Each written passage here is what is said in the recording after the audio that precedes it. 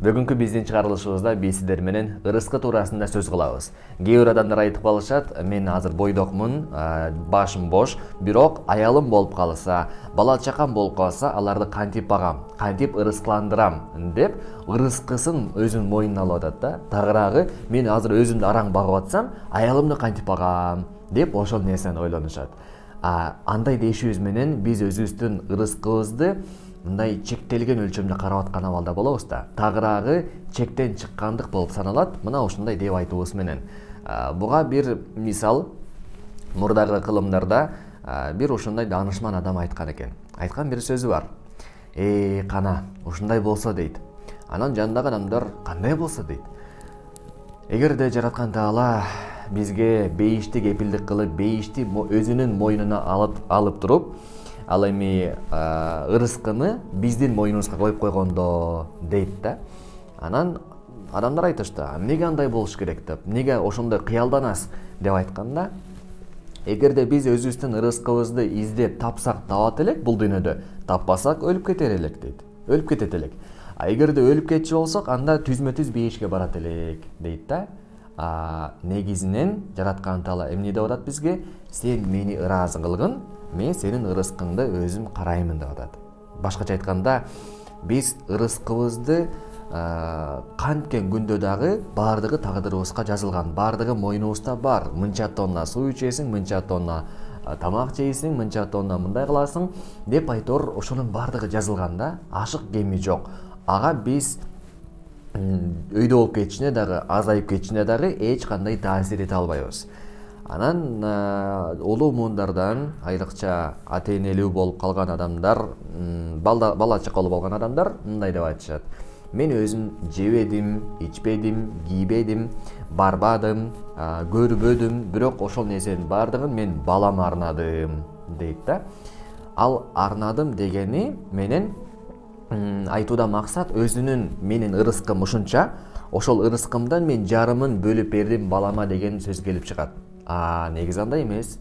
Сиз ошол күндөн бери мындай ачка болуп, же болбосо эч нерсе жебей койгон жериңиз жок. Сизди дагы жараткан Таала сизди дагы ырыскыландырып атты. Туурабы?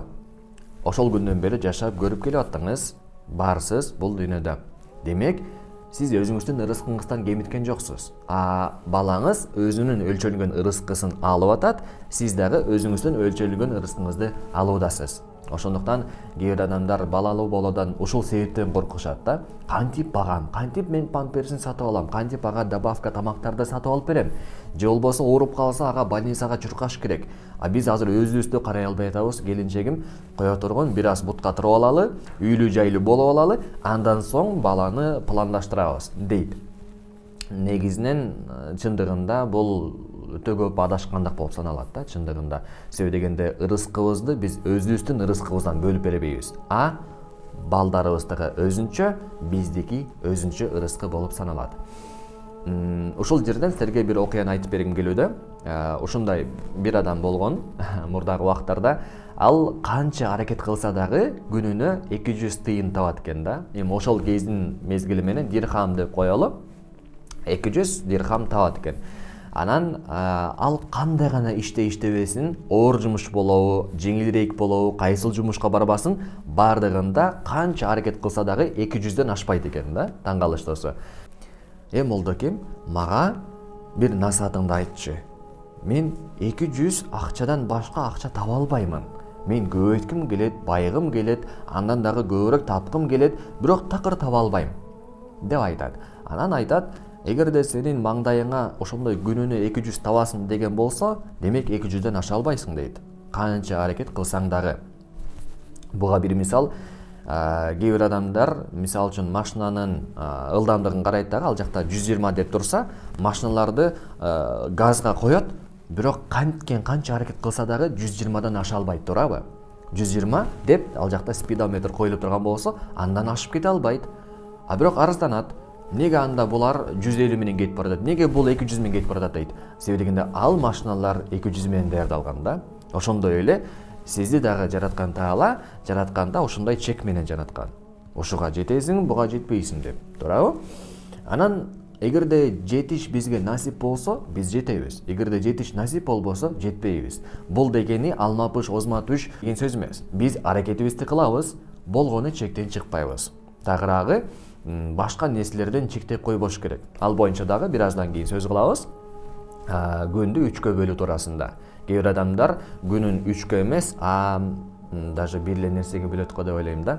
Себеби дегенде бир аз кошумча кылып айтып кетейин, мындай киришүү катары. Күнүбүздү 3кө бөлүү дегенде бирөөсүн ибадатка, намаз окууга, Кудай таалама зикир чалууга, Куран окууга. Ал эми бир бөлүгүн биз үй бүлөбүзгө арнашыбыз керек, бала чакабызга, караганга жана башка. Ал эми үчүнчүсү бул жумушка, туурабы? Наныбызды табышыбыз керек, иштешибиз керек, демек 3 бөлүккө бөлөт экенбиз. Көпчүлүк адамдарда бир эле нерсе болуп калган да, только жумуш. Шундыгында ага дагы токтолобуз. Азыр берки сөзүмө кайтайын. Караңыздар, машина эгерде 200 ылдамдыкта гана жүрөт деп жазылган болсо, ал 240ка же болбосо 201ге даже эч качан чыга албайт. Себеби дегенде анын ылдамдыгынын өлчөмү 200ге чейин гана. Ошондой эле жанагы киши дагы 200ге чейин гана акча табат экен, 200 дирхам. Анан кеңешиңизди бериңиз дегенде ал айтат, ошол молдоке, үйлөнгүн дейт. Макул, жакшы, үйлөнөйүн, бирок мен аларды кантип багам? Мен өзүм 200 араң таап атсам, өзүмдү араң багып атсам, мен үйлөнүп зачем мага дейт да. Анан эч кандай суроосуна жооп бербейт. Ошол бойдон калтырат, ошол кеңешин айткан бойдон. Макул дейт дагы, эмне болсо ошо болсун, баары бир убактым келип калды, үйлөнүшүм керек дейт. Анан эптеп акчасын чогултуп отуруп, ушундай бир жолдорун таапtыр дагы, анан үйлөнөт. Үйлөнгөндөн кийин арадан бир 5-6 жыл өтөт. Балдар дагы көбөйүп калган, 2-3 балалы бар. 2-3 баласы бар. Анан убакыттын өтүшү менен ал көтөрүлө баштайт. Мындай тепкичтерге башында жон гана хандын бир көчө шыпыргычы же болбосо бак тарагынын багбанчысы болсо, ал эми азыр уже ал вазир деңгээлинде. Ал жакта чоң кызматын аткарган вазирге деңгээлине көтөрүлүптүр. Анан ал убактарда ал киши 200 эмес, 6000 дирхам таап баштаптыр да бир күндө. Анан 5-6 жыл өткөндөн кийин кайра тиги молдокесине жолугуп калат дагы, сен айтпадың беле мага? Эгерде 200ге чейин жазылган болсо, сен андан аша албайсың деп. Мынакей мен азыр 6000 таап атам деп мактанат да, байлыгына чиренип туруп. Анан ошондо молдоке ошондой даанышман жоон айтат. Сен баягы эле 200 дирхамды таап атасың дейт. Анан ошол жерде таң калып ойлонот дагы, эмнеге мен 200 табышым керек? Мен 6000 таап атпаймынбы? Мен 6000 иштеп атам. Каяктагы нерсени айтасың да дейт. Анан айтканда жоон мындай деп узатат. Сен качан үйлөнгөн мезгилде ырыскың көбөйө баштады. Ал ырыскың, сен үйүңө таап келаткан ырыскың, ал бир эле сеники эмес, ал аялыңдыкы дагы болчу. Келинчегиң сага кыз төрөп берди, уул төрөп берди. 2-3 балалы болдуң. Ошол 2-3 балаңдын дагы ырыскысы сен аркылуу келип атат. Сенин ырыскыңан 200дөн кемиген жок, ошонун сырткары кошулуп келүүдө. Тагыраагы 5800 дирхам бул сенин балдарыңдын, келинчегиңдин ырыскысы деп айтат. Сен баягы эле 200дө таап атасың дейт да.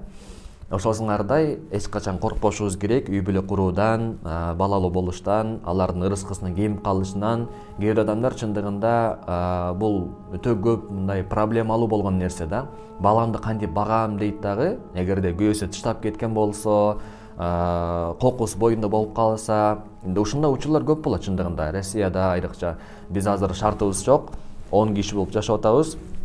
Анан кокус мындай боюмда болуп калды дейт дагы, аркасынан алдырабыз дейт. Себеби дегенде балабызды азыр ким багат дейт да. Экөөбүз тең иштеп атсак, экөөбүз тең акча табыш керек болсок, балдарыбызга акча салышыбыз керек, ата-энебизди карашыбыз керек, үй алышыбыз керек, ошол максаттарыбыз бар. Биз баланы пландаган эмес элек. Демек бул плансыз нерсе болуп атабы, мындан кутулушубуз керек дейт да. Бул тирүү жандык. Ал силерге адам болот. Ал силердин эртең картайганда силерге чайыңарды коюп бере турган, силердин сийип койгондо памперсиңерди алмаштыра турган адам мына ошол болот.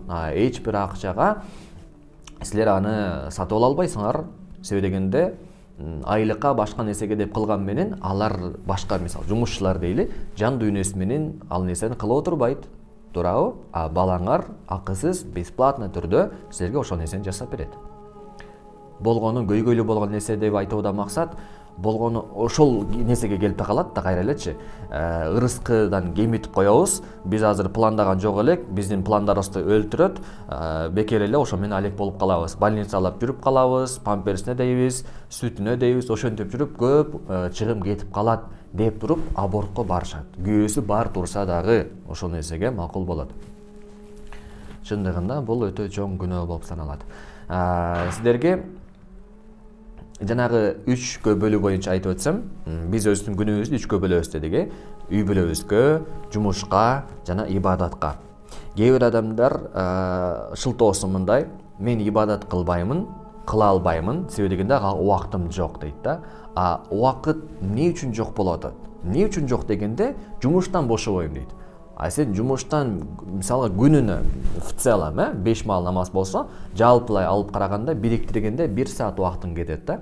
Бирок ошол 1 саатын дагы ажыратып коюуга кызганат ошол 1 саатын дагычы ибадаттан. Эмнеге? Себеби дегенде ошол 1 саатта мен иштеп калсам дейт да. Бирок бир күндө ал 10 саат иштесе дагы, 11 саат иштесе дагы айырмасы жок, ошол эле акчаны таап келет. Эгерде биз таният кылбасак, үйгө ушунча акчаны таап келдим, ушуга шүгүр кылгыла деп балдарыбызды үйрөтпөсөк, келинчегибизди үйрөтпөсөк, анда дагы көптү талап кыла берет да. Биз өзүбүз дагы ошондон мындай чүнчүп, көбүрөөк иштейли, көбүрөөк табалы деп арты күйгөн тооктой болуп, чуркай турган болобуз да. Тынымсыз. Ал нерсе эмнеге алып барат? Ал нерсе жүрөктүн тынчсыздыгына алып барат. Акча дайыма жок, эч нерсеге жетпейт, эч нерсеге түтпөйт жана башка деген нерсенин баардыгы мына ушундан келет да. Эгерде биз тапкан акчабызга ошончага мен иштей алдым, ошончасына ыраазы бол десек, ыраазы болот да. Чындыгында өзүбүз ошол нерсеге каният кылышыбыз керек. Эң бай адам бул каният кылган адам. Акчасын миллиондоп таап атса дагы, эгерде каният кылбаса, эгерде шүгүр кылбаса, анда ал адам дагы дей берет. Ал нерсе кийин барып эмнеге келет? Мен бул нерсенин баардыгына өзүм жеттим. Ушунча бизнести куруп койдум. Ушул таап аткан акчанын баардыгы 100% меники дей турган адамга айланабыз. Менсинүүгө, бой көтөрүүгө, текеберлик кылууга, жүрөгү оорусу болуп, ошолчо акчанын баарын кайтарып кала турган болобуз да. Ал нерсе инфарктка алып барат. Чындыгында жүрөк ооруга. Болгон айтайын дегеним, ушул жерден дагы бир мисал айткым келүүдө да. Бир киши, бул чыныгы эле болгон окуядан, тааныштарыман угуп калган болчумун. Бир киши өзүнө ушунчалык мындай кымбат баадагы породистый болгон итти сатып алыптыр. Кадимкидей ит, бирок породистый. Күнүнө 3 килограмм эт жейт. 3 килограмм. Элестетиңиз, 3 килограммдын азыркы күндө баасы канча сом болот турабы? То есть аны багуунун өзү расход. Сатып алган бул жакта аз келгенсипчи. Сатып алды дагы, негизи ит адамды кайтарыш керек го. Үйдү кайтарыш керек турабы, ээсинин үйүн. Ал киши кайра итин кайтарып калыптыр түнү. Себеби дегенде түнү кайсыл бир убактарда адамдар уурдап кетсечи деген ойдо болгон. Себеби ал итти кымбат баага сатып алган. Эгерде ал итти адамдар уурдап кетсе, кымбат баага сатып салат дагы берки адам сатып алган акчасына күйүп калат да. Анан ошол акчама күйүп калбайын деп түнү бою кайтарып чыгат экен итин. Мында кандай бир жүрөгүндө тынчтык болсун. Ал итти сатып алуудан максат бизди кайтарсын деген максатта сатып алдыбы, же адамдар ушундай кымбат баага ошол адам ит сатып алыптыр деш үчүн сатып алдыбы? Жакшылап ойлонуп көрүш керек. Эгерде биз тынымсыз арты күйгөн тооктой болуп, мындай тынымсыз иштей турган болсок, анда көп нерседен өзүбүздү чектеп алган болобуз. Чындыгында ибадаттан, үй бүлөдөн, ден соолуктан турабы? Мисалга үй бүлөгө дегенде максат биз ага убакыт бөлбөй атабыз деп атпаймынбы? Сиздер айтышыңыздар мүмкүн, мен эмнеге убакыт бөлбөйм, мен үйгө келип атпаймынбы, мен көчөдө калбай элем го, жумушумда жатып калбай элем го дейсиздер, бирок мен азыр силерге ошол нерсенин берки тарабын айтып бермек элем. Менин агайым айткан, устатым ушул боюнча, мен эртең менен жумушка кетем. Жумушка кетип атканда балдарым уктап аткан болот. Кайра жумуштан кайтып келатканда балдарым уктап калган болот. Кетип атканда уктап аткан болот, кайтып келгенде уктап калган болот. Башкача айтканда, балдары аны ойго кезинде көрбөй эле. Чындыгында балдары күтөт. Атам келет деп. Бирок атасы жумуштан ушунчалык катуу берилип иштеп аткан үчүн көбүрөөк акча таап калайын деген максат болуп, албетте жакшы ниетте, балдарын багып калайын жана башка деген ниетте, бирок ошол нерсенин кылуудан улам балдарына тарбия берүүдөн алыс болуп калып атат. Аталык тарбиядан алыс болууда. Мейли дем алыш күн болсун, бирок бир жумада бир эле жолубу? Калган күндөрүчү сизди көрбөй эле го. Сиз үйдө келесиз, кадимкидей эле төшөгүңүзгө жатасыз, бирок балдарыңыз сизди көрбөй эле. Көзү ачык бойдон сизди көргөн жок. Жумушка кетесиз, балдарыңыз уктап аткан болот, ойгонгондо кайра атасы жок да. Атам какта? Атаң жумушта. Атам качан келет? Атаң кеч келет. Күтөт. Аркасынан балдар чарчап уктап калат. Анан эртең менен кайра чочуп ойгон туруп, атам келдиби дейт. Ооба, келип кетти дейт да. Дагы бул дагы биз үчүн чындыгында чоң көйгөйлүү маселе болуп саналат. Мындан дагы колдон келишинче мындай жумуштан эртерээк чыкканга аракет кылып, же болбосо негизи шылтоо эмес да ал нерсечи. Эгерде биз досторубуз менен жолугубуз келсек, түнү болсо жолугабыз, туурабы? Болгону балдарга мындай биз анстан үйгө келип атабыз деген ойдо болгонубуз үчүн аларга убакыт бөлүп атабыз дейбиз да. Бирок чындыгында отуруп, балам сабактарың кандай, Кураның кандай, жакшы окуп калдыңбы деп сураган адам катары ата болбойбуз да. Туурабы? Ал андай болбой элек. Сиздерге азыр таң калыштуу болушу мүмкүн, мындай жаш туруп эле ушундай чоң үй бүлөлүк маселелерди бизге айтасың деп, өзүң бойдок туруп депчи. Бирок мен бойдок эмесмин. Үйлөнгөнүмө 2 жылдан ашкан, 2 балам бар. Ошондуктан айтуудамын. Чындыгында эптеп кетсе болот дегеним. Мындай вариант болбой калбайт, ырыскы табылат, кайсыл жактан болсо дагы памперсине, тамак ашына, бүт нерсесине, кийим кечесине өзүнөн өзү чыга берет. Эгерде биз чындыгында акчанын артынан колай берсек, биз шайтандын ошондой васвасасына азырылып кетишибиз толук ыктымал да. Дагыраагы биздин ичибиздеги дагы деле тойбой аткандыгыбыз, дагы деле жетпей атат деп аткандыгыбыз ошондой арам иштерге алып барып коюшу мүмкүн. Мисалга айталык, сүткорлук дейли, акча жетпей атат дейбиз дагы, карасак банктарда кредит берип аткан, барып ала коесуң, дароо иштете коесуң да. Ушул нерсеге көп суммада акча керек болот эле, жетпей атат эле, аны эми эптеп төлөйм дейсиз, бирок уже сүткорлук, арам карлашып атасыз. Арам иштер менен алек болуп кетишиңиз мүмкүн. Өзүңүздүн бир эле бул дүйнөңүздө эмес, акыретиңизди дагы күйгүзүп өртөп аласыз. Ошондуктан буну айтууда максат иштебей койгула, только ибадат кылгыла, только үй бүлөңөргө убакыт бөлгүлө деген сөз эмес. Иштегенге жараша иштеш керек.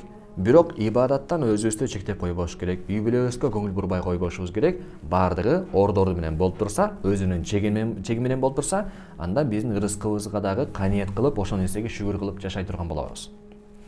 Чындыгында аял киши үчүн эң чоң мындай намысына тие турган сөз бул анын абийирине шек келе турган сөз болуп саналат. Себебинде Мариям энебиз атасыз төрөгөн.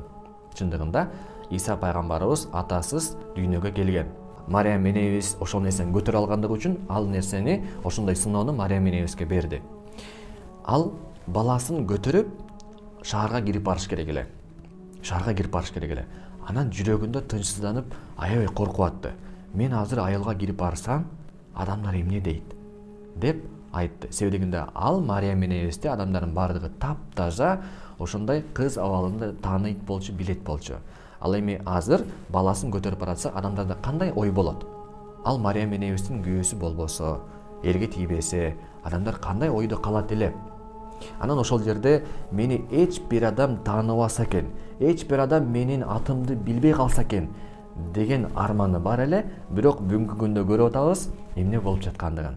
Кандай гана дин өкүлдөрү болбосун, кандай гана динди карманган, тутунган, кайсыл мамлекетте болбосун, бардык адамдар Мариям деген атты ысымдарды колдонууда, кыздарына ошондой ысымды ыйгарууда. Туурабы?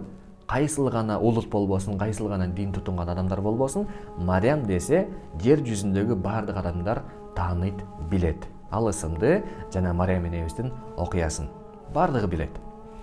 Кандай болду? Аллах Таала Мариям энебизге айтып атат. Эч кабатырланбагын. Эч кабатырланбагын. Оозуңа орозо тут, тилиңе орозо тут. Тагыраагы эч кандай адамдарга жооп бербегин, суроолорун берсе, эч кандай сөз айтпагын деп атат. Анан оозуна, тилине орозо тутту дагы шаарга кирип барды. Элестетиңиздер, ошондой чоң сыноо болуп турса дагы жараткан Таала эмне деп атат? Эч кабатырланбагын. Мындай нерсе да. Биз өзүбүздүн ырыскыбызды кайра кабатырланып ойлонуп атканыбыз үчүн бул нерсе чындыгында бизди оорулуу абалга алып келип коет да. Караңыздар, жараткан Тааланы биз ыраазы кылсак, ошол биздин максатыбыз ошол да. Бул дүйнөгө келгендин максат жаратканыбызды ыраазы кылсак. Ырыскыбызды Аллах Таала өзүнүн мойнуна алып атат. Туурабы? Себеби ырыскы, казына, анын бардыгы жараткан Тааланын алдында. Биз бир аракет кылып коюп эле болбойт экен да деп таштап койбош керек. Чындыгында кээ бир адамдар кандай кылышат? Бир аракет кылат, ал нерсе болбой калса, бул болбойт экен деп туруп, такыр багытын 180 градуска алмаштырат дагы, анан дагы бир нерсени кылып көрөт. Ал болбоду, бул да болбойт экен деп дагы башка кетет. Бирок ошол бир иштин бир тарабынан келип туруп иш кылып көрсүн, ал жактан болбосо дагы башка тарабынан кылып көрсүн. Тагыраагы биз өзүбүз дагы мындай изилденип, аракет кылып, жолдорун табышыбыз керек. Бир-эки аракет кылып коюп эле таштап койду деген сөз болбош керек. Мындай аракетибизди кылабыз, ушунчалык күчтүү мээнетибизди кылдык, такыр болбодубу, анда болбойт экен деп ага дагы моюн сунабыз. Бирок бир-эки кылып коюп туруп эле бул мага насип эмес экен деп койбош керек да.